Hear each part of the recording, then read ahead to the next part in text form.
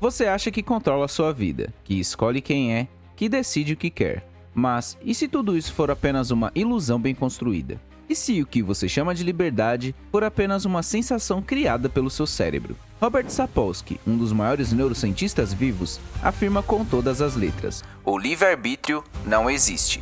E se ele estiver certo, então aquilo que você entende como liberdade talvez nunca tenha existido.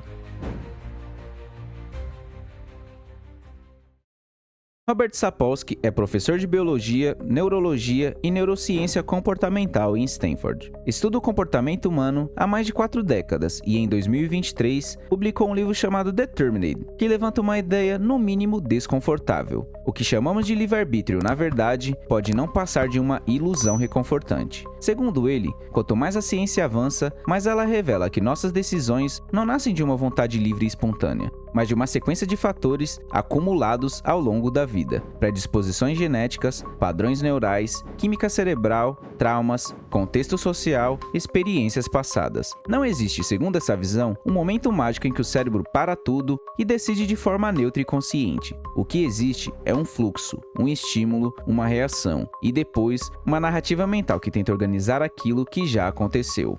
Somos sistemas complexos, moldados por variáveis que não escolhemos e que atuam antes da consciência tomar qualquer decisão. É uma afirmação pesada, mas que levanta uma pergunta incômoda. Se nossas decisões são determinadas antes mesmo de serem conscientes, o que resta daquilo que chamamos de escolha? A ideia de que somos livres parece óbvia. Você escolheu ver esse vídeo, certo? Mas a ciência tem mostrado que talvez não. Em 1983, o neurocientista Benjamin Libet conduziu um dos experimentos mais intrigantes da psicologia moderna. Ele descobriu que o cérebro inicia uma ação antes mesmo da pessoa se dar conta que decidiu agir. Ou seja, a decisão acontece e só depois a consciência cria a sensação de que foi ela quem escolheu. Décadas depois, isso foi confirmado por exames ainda mais precisos, usando ressonância magnética funcional. Cientistas conseguiram prever qual botão uma pessoa iria apertar até 7 segundos antes dela relatar que decidiu apertar. Mas o que isso significa? Que talvez a consciência seja apenas um narrador da história, e não o autor. Ela só explica o que o corpo e o cérebro já estavam fazendo. E Sapolsky vai além. Ele mostra que fatores como traumas de infância, variações hormonais, predisposições genéticas e até o ambiente em que você cresceu têm influência direta sobre os seus impulsos, suas reações e até suas decisões mais íntimas. Pensa naquela promessa de segunda-feira eu começo a dieta, que nunca começa. Será que isso é só falta de força de vontade? Ou é um cérebro operando sob padrões invisíveis, moldado por anos de experiências, contexto, pressões e ausências? Seja em compulsões, vícios, explosões emocionais ou autossabotagens, o que a ciência está revelando é que quase tudo que chamamos de escolha está embutido numa cadeia que começa antes da consciência entrar em cena. O que Sapolsky está dizendo é: o comportamento humano é resultado de causas acumuladas, e não de um eu mágico que aparece no meio da história e escolhe livremente o rumo. E isso leva a um questionamento. Se cada decisão é moldada por fatores que vieram antes, será que o livre-arbítrio, na verdade, é só um nome que damos para uma sensação?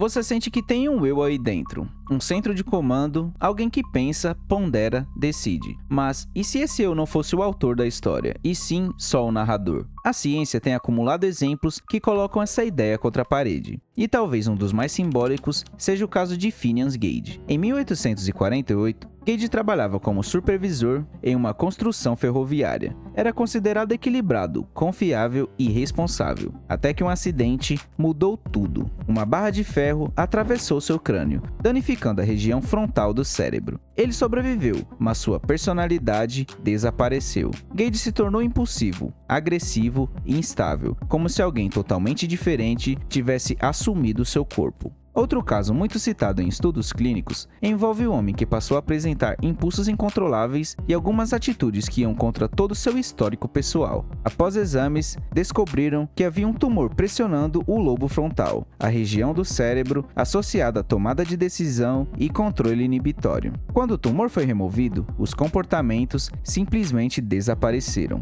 Anos depois, o comportamento voltou e junto com ele, o tumor. Após nova remoção, o padrão comportamental comportamental desapareceu outra vez, sem terapias, sem mudança de mentalidade. Foi uma alteração física no cérebro que alterou também o comportamento. O que esses casos mostram é simples, mas brutal. O comportamento muda quando o cérebro muda. E isso acontece sem que a pessoa decida nada. A pergunta que isso levanta é: se uma mudança no cérebro é capaz de alterar completamente quem você é, então onde exatamente está o eu que escolhe?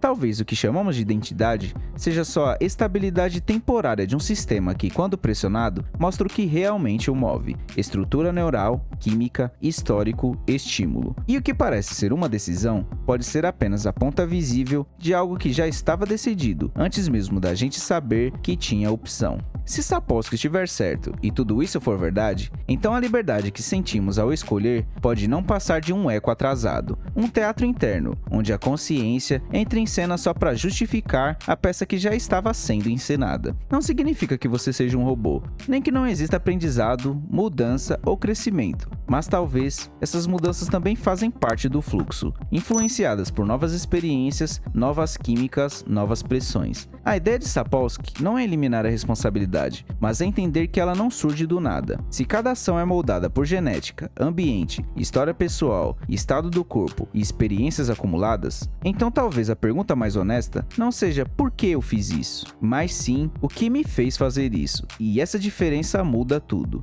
Porque quando você entende que não está totalmente no controle, você não vira vítima. Você ganha clareza e começa a ver onde estão as engrenagens. E quando o sistema se enxerga, ele pode se adaptar.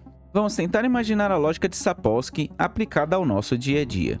Se o ser humano é tão livre quanto gosta de acreditar, então por que os algoritmos conseguem prever nossos passos com tanta facilidade? Já reparou como o YouTube parece saber exatamente o que você quer ver, mesmo nos dias em que você não sabe o que está sentindo? Ou como o TikTok te prende com vídeos que você nem sabia que queria, mas não consegue parar de assistir? Isso não é mágica, é estatística, neurociência e leitura de padrões. Essas plataformas não leem sua mente, elas leem seus rastros, e com base no que você já viu, clicou e sentiu, elas conseguem antecipar seus desejos, às vezes melhor do que você mesmo conseguiria. Mas como isso é possível? A resposta está na mesma linha da tese de Sapolsky. Nossas escolhas não são tão livres quanto parecem, são moldadas por experiências anteriores, impulsos inconscientes, estruturas cerebrais, hábitos acumulados. E agora, também por sistemas que aprendem com você em tempo real. Assim como Sapolsky diz que somos programados por causas invisíveis, os algoritmos exploram essas mesmas causas para moldar o seu comportamento.